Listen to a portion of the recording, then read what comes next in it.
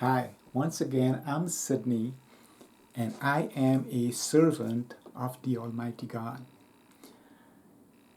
In this episode, I want to speak about coloration in plants and animals. Of course, I can't touch on every species in all of the fauna and flora that abounds around us. But I wanted to take the time because for me, and I think it should be evident, that coloration is one really good example where we see intelligent design. And that to me is when, again, as a software engineer, when you see patterns, when you see repeating, where it's evident that there are rules, that there is intelligence. Now, I'm pretty sure that you have seen examples of this around you. And so we can start with something like a butterfly.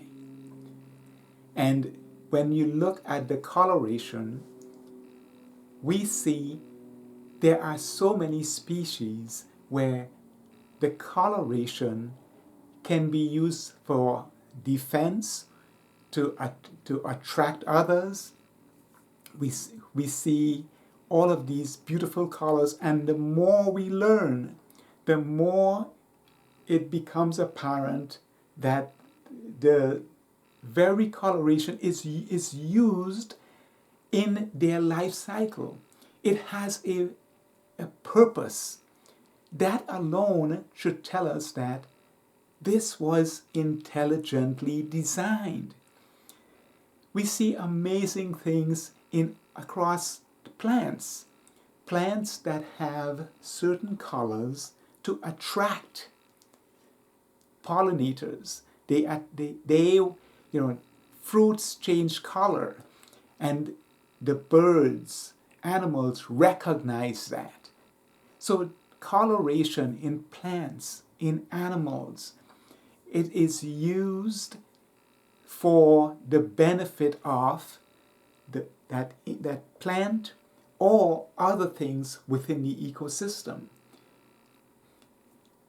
This is, what more proof can we have that, because one of the things that we seem to do is, and I think this is a trap where we get into nature, because initially it was all random. This is all random stuff.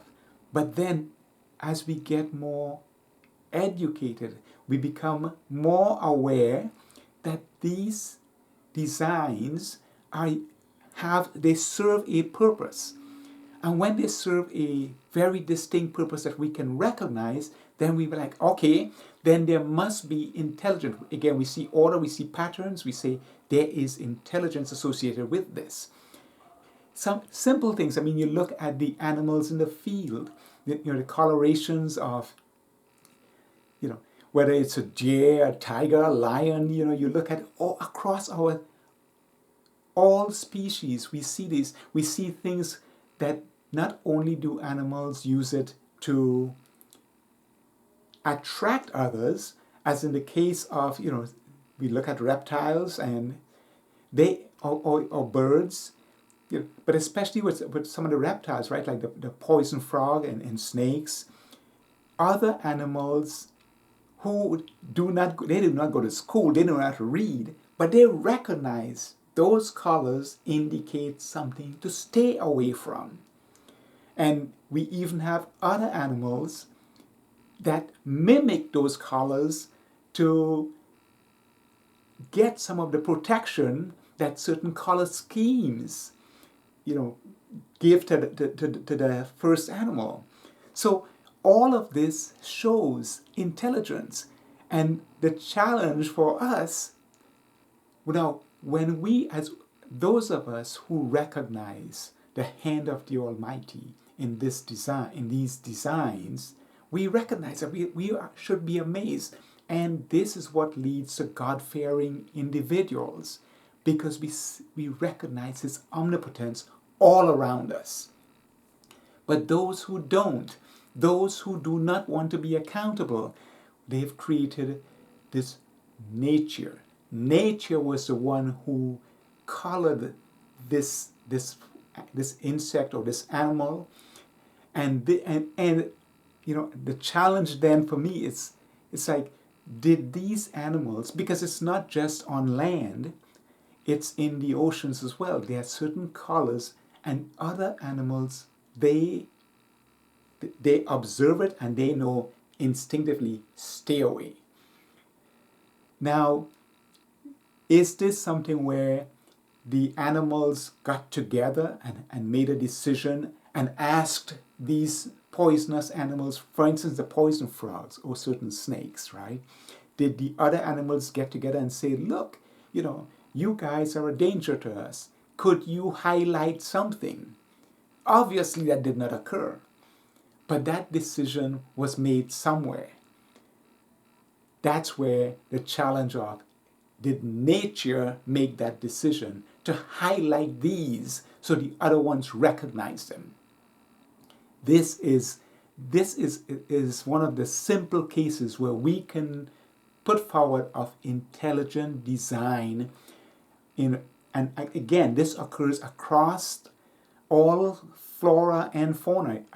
Animals and plants have these colorations that attract and repel. Now there's another issue of chemical usage, whether it's weaponry or to attract. And I'll go into that again, where I'll get some more examples of that stuff. But all of these things, these show conscious, intelligent design. These are manifestations of the omnipotence of our Creator. So when we see something that is colored beautifully, we see something that attracts our eyes, we see something that attracts birds, insects, we must recognize that these colorations have been designed by our Creator. And just as He has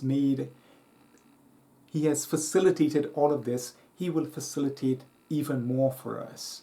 When we recognize Him as the Creator, we recognize the Almighty God, the Creator of all, the designer, the architect, the Creator of all that there is.